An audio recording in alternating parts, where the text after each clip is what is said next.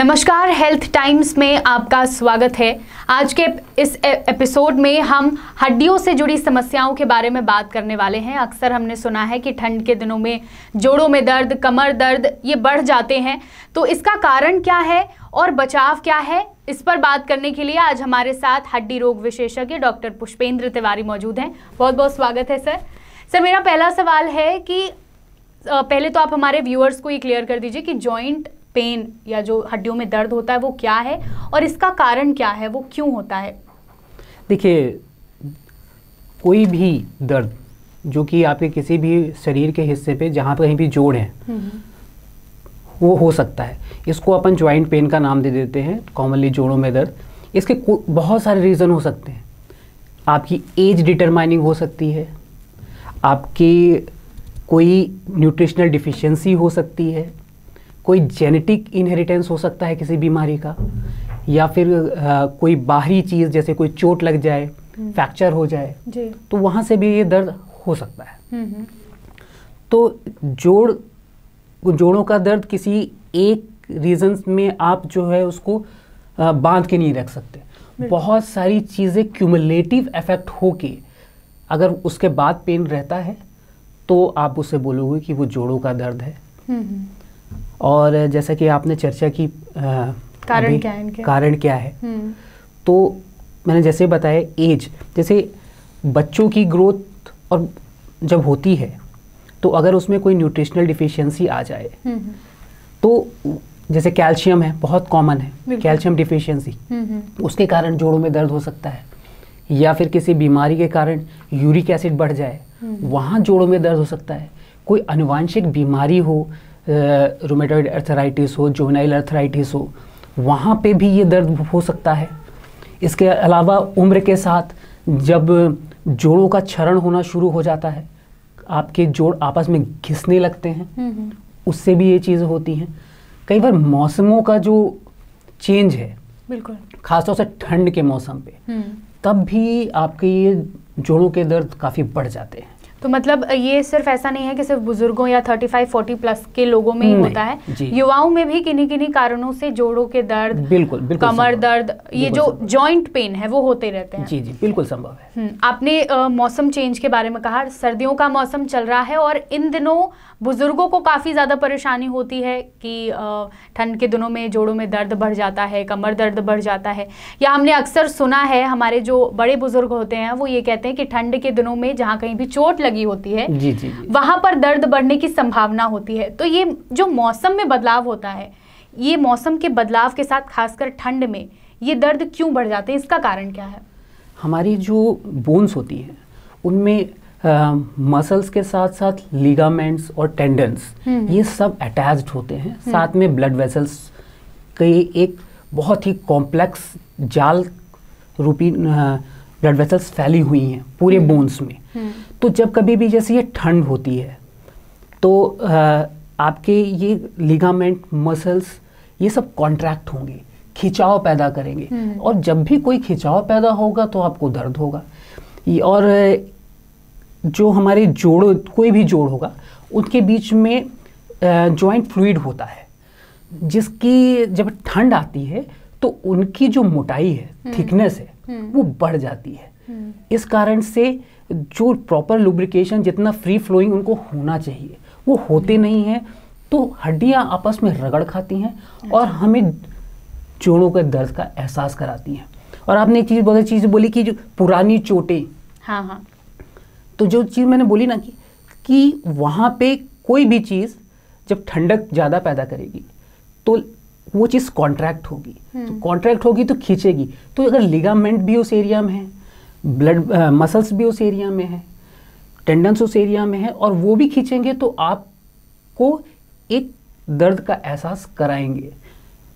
तो इसलिए अपन बोलते हैं ना कि भाई पुरानी चोट है, वो कहावत भी है, चलत पुरवैया, जब भी पुरवैया चलती है तो फिर उसमें दर्द होता है। हाँ। तो इसीलिए हम पहले से बुजुर्ग हमारे सतर्क करते रहते हैं, भाई ठंड बढ़ने वाली है, देखना जोड़ अगर दर्द करेंगे तो पानी वगैरह के सेक करते रहना। बिल्कुल, ये चीज़ें हमेशा सुनने में आती हैं बड़े बुजुर्गों से कि जोड़ों में दर्द बढ़ जाता है ठंडी के दिनों में, और इस तरह की तमाम तकलीफ़ें सुनने में आती रहती हैं। आपने कारण तो बता दिया, अब इसका बचाव क्या है, उपचार क्या कर सकते हैं जो लोग? सबसे पहले तो जिनको समस्या नहीं है, ये समस्या ना हो, वो क्या बचाव कर सकते हैं, और जो इस समस्या से ग्रसित हैं जिन्हें ठंडी में दर्द बढ़ जाता है, वो क्या उपचार कर सकते हैं? हम शुरुआत करते हैं जो स्वस्थ है, हम आप जैसे और हमारे दर्शक जो कि यंग एज के हैं, बिल्कुल, उनको जिनको कोई बीमारी नहीं है, उनसे शुरुआत करते हैं। लाइफ स्टाइल मॉडिफिकेशन मतलब अपनी दिनचर्या को परिवर्तित करना, ये बहुत ज़रूरी है। उसके लिए ज़रूरी है कि हम अपने सारी मसल्स को, अपने बॉडी को एनर्जेटिक रखें, लूजन अप रखें। इसके लिए ज़रूरी है हम थोड़ा सा योगा करें, हल्की फुल्की एक्सरसाइज करें, पीटी करें। हम एक्सरसाइज से अक्सर जो है भ्रमित हो जाते हैं।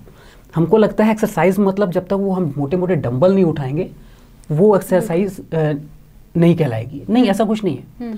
आपकी जस्ट एक सिंपल स्ट्रेचिंग वो आपको रेगुलरली करें। अगर आप तैरने, पानी वगैरह तैरने का शौक़ रखते हैं, स्विमिंग करें, रनिंग करें, और योगा करें, और अपने खान पान पर विशेष ध्यान रखें कि आपके शरीर को आपके पूरे पोषक तत्व जैसे कि कैल्शियम है, मैग्नीशियम है, बोरॉन है, जिंक है, तो वो आपको मिलते रहें। तो अपने को एक एज के बाद अपन बोलते ही हैं कि विटामिन डी अपने को लेते रहना चाहिए, कैल्शियम लेते रहना चाहिए। एक मोटा मोटा कहे तो एक मल्टीविटामिन हम रेगुलर बेसिस पे, एंटीऑक्सीडेंट बेसिस पे इसको चालू रखें। अच्छा। और फिर दूसरी चीज़ आ जाती है कि अगर जिनको बीमारी है तो उनके लिए तो यही बचाव ही है कि अपने ये लाइफ स्टाइल मॉडिफिकेशन वहाँ भी काम करता है। जो दवाइयों का जो क्वांटिटी है, जो स्ट्रेंथ है, अगर आपकी बॉडी स्ट्रेंथन अप रहेगी तो स्वाभाविक सी बात है कि जो अपने को देना होगा, जो पावर की हम दवाई गोली देते हैं वो हमको नहीं देनी पड़ेगी।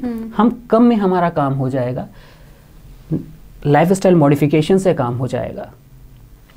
और जहाँ तक बचाव की बात है तो एक्सरसाइज, गर्म पानी की सेक, सिंपल स्ट्रेचिंग और न्यूट्रिशनल सप्लीमेंट्स, कैल्शियम, विटामिन, ये हमको रेगुलर बेसिस पे लेना चाहिए। यानी जिन्हें ये समस्या नहीं है, जो स्वस्थ हैं, और जिन्हें ये समस्या है उन्हें भी अपनी हल्की फुल्की डेली एक्सरसाइज करनी चाहिए, खान पान में ध्यान देना चाहिए। डॉक्टर, मेरा आखिरी सवाल ये है, ये एक धारणा है, कई बार सुनने में आता है, और अगर हम ग्रामीण क्षेत्रों में चले जाएंगे तो जो बुज़ुर्ग हैं उनसे अक्सर ये सुना जाता है कि जब हम जो फिल्टर्ड पानी पीते हैं, जो आरओ का पानी पीते हैं, जी। आजकल हर घर में आरओ लगा हुआ है, तो ये सुनने में आता है कि आरओ का पानी पीने से जोड़ों में दर्द बढ़ जाता है। ये कहाँ तक सच है? ये धारणा है लोगों में? बिल्कुल सही कहा आपने, ये धारणा है और कहीं ना कहीं ये सच भी है। लेकिन हम जिस वातावरण में रहते हैं तो आप रिस्क बेनिफिट रेशियो देखते हो। रिस्क बेनिफिट रेशियो मतलब ये है कि अगर आपको साफ पानी नहीं मिलेगा तो आप ज़्यादा बीमारियों से ग्रसित हो जाओगे, ज़्यादा समस्याओं से ग्रसित हो जाओगे। तो इसलिए अपन आरओ के पानी का सेवन करने के लिए बोल देते हैं, क्योंकि जितना भी हमारे पास वाटर सोर्सेज हैं उनमें कहीं ना कहीं एडल्ट्रेशन होता है, गंदगी होती है। एक साफ पानी आज भी हमारे देश में एक बहुत बड़ी समस्या है, सबको नहीं मिल पाती है। बिल्कुल। अब हिमालय में जो गंगोत्री है वहाँ का जो नेचुरल वाटर आपको मिलेगा, स्वाभाविक सी बात है वो हर किसी को आप अवेलेबल करा नहीं सकते हो, क्योंकि अगर वो अवेलेबल है तो वो आपके लिए परफेक्ट पानी है। उसमें सारे आपके मिनरल्स और जो न्यूट्रिशनल सप्लीमेंट्स हैं वो परफेक्ट रेशियो में है आपकी बॉडी के हिसाब से। क्योंकि अब अपने को वो मिलता नहीं है तो इसलिए अपन आरओ का पानी का इस्तेमाल करते हैं। तो कहीं ना कहीं आपके बॉडी में वो जो न्यूट्रिशनल सप्लीमेंट्स हैं उनकी कमी होगी। जब वो उनकी कमी होगी तो आपकी हड्डियों में कहीं ना कहीं जो स्ट्रेंथ आनी चाहिए वो कहीं ना कहीं कम होगी, जो मसल्स में वो स्ट्रेंथ आनी चाहिए वो कहीं ना कहीं कम होगी। इस कारण से भी कई बार जोड़ों में दर्द हो जाता है। पर ये हार्ड एंड फास्ट रूल नहीं कह सकते हैं। अच्छा। हो भी सकता है, नहीं भी हो सकता है, क्योंकि बहुत सारी चीज़ें जो मैंने शुरुआत में बताई, आपका खान पान, आपकी एज और आपके जो सर्कमस्टेंसेस हैं जिसमें आप रहते हो माहौल में, वो भी बहुत कुछ उसमें डिसाइडिंग फैक्टर का काम करती है। ठीक है, तो मायने रखता है कि हमारी दिनचर्या कैसी है, हम अपनी सेहत पर कितना ध्यान दे रहे हैं, क्या क्या हमारा जो लाइफस्टाइल है उसके बीच में हमारा खान पान कैसा है।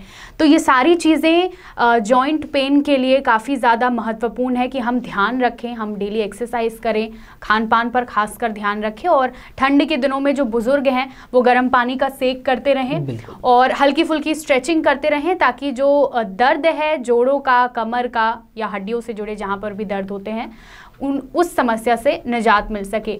तो हमारे साथ थे डॉक्टर पुष्पेंद्र तिवारी। बहुत बहुत धन्यवाद सर हमारे साथ जुड़ने के लिए और अपनी जो जानकारियां उन्हें साझा करने के लिए। तमाम खबरों के लिए देखते रहिए विंध्या टाइम्स। बहुत बहुत धन्यवाद।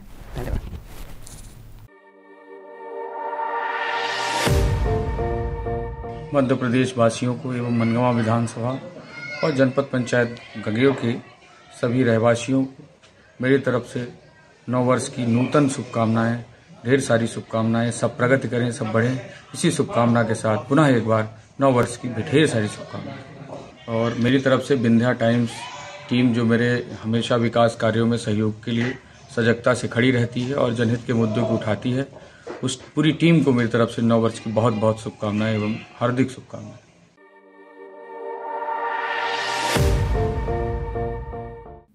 रूपा सीपी सिंह, जनपद सदस्य स्वास्थ्य महिला बाल विकास जनपद पंचायत रीवा की ओर से समस्त क्षेत्र वासियों को और रीवा जिला के निवासियों को 2023 की हार्दिक शुभकामनाएं।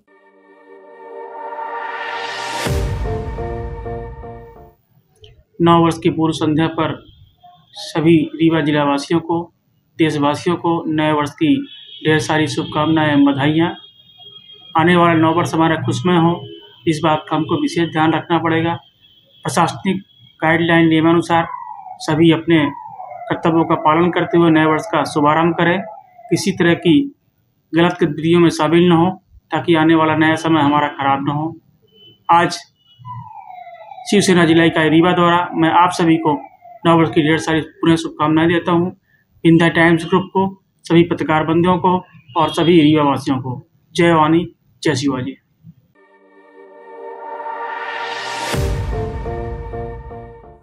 जय हिंद, जय अगस्त क्रांति। प्रदेशवासियों को, विंध्यवासियों को, नई गढ़ी जनपद के देवतलाव विधानसभा के सभी आमजन, बुजुर्ग माता बहनों, किसान मजदूर भाइयों, युवा साथियों, आप सबको कैलेंडर वर्ष 2023 की हार्दिक हार्दिक शुभकामनाएं।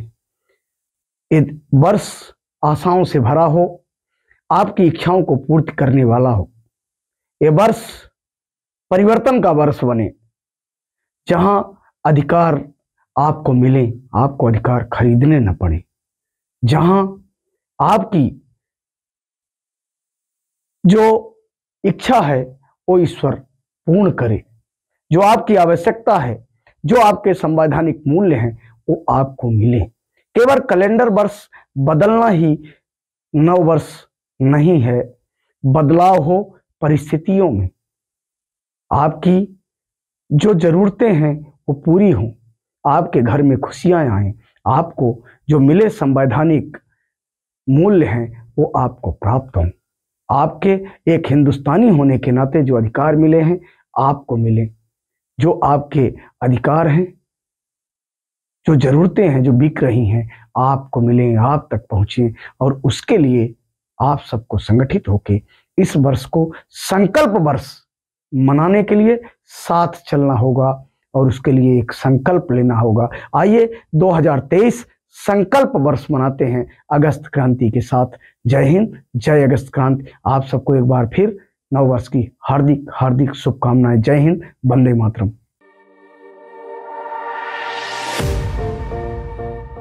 आशियाना इंफ्रा एंड डेवलपर्स की ओर से विंध्यवासियों और रीवा जिला वासियों को नव वर्ष की हार्दिक शुभकामनाएं।